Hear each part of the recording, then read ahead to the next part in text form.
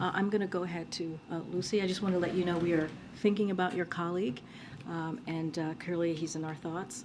And so I'm going to give you the second question. Thank you, Karine. Can you tell us anything about the president's reaction to the detention of Evan Gershkovich? And has the president engaged with state on next steps or reached out to the family at all?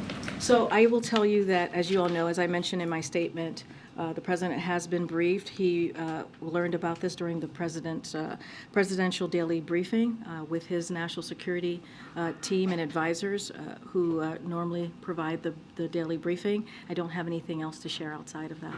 And are you concerned at all? I mean, obviously, this is the first detention of a U.S. reporter on espionage charges in a very long time. Do you think this marks a turning point or a new low for the relationship with the U.S. and Russia? So look, we don't have any specific indication that journalists would be targeted.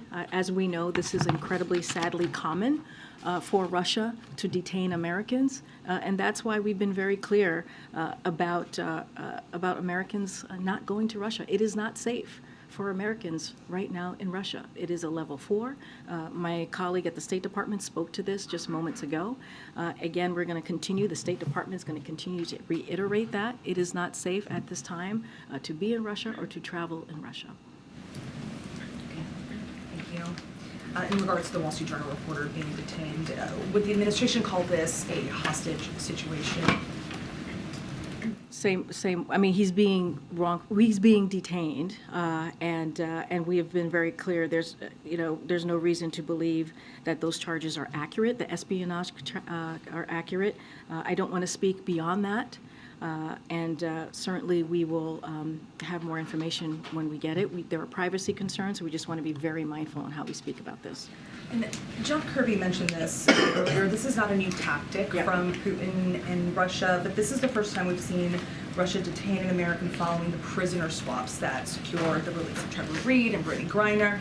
Is there a concern here at the White House that if the U.S. continues to engage in prisoner swaps, Russia will be emboldened to detain Americans as leverage? So look, detaining Americans, as my colleague said, my NSC colleague said, is a tactic Russia has used for a long time. It is nothing new. When you think about Paul Whelan, you think about Trevor Reed, they were taken prior to the prior administration, under the prior administration.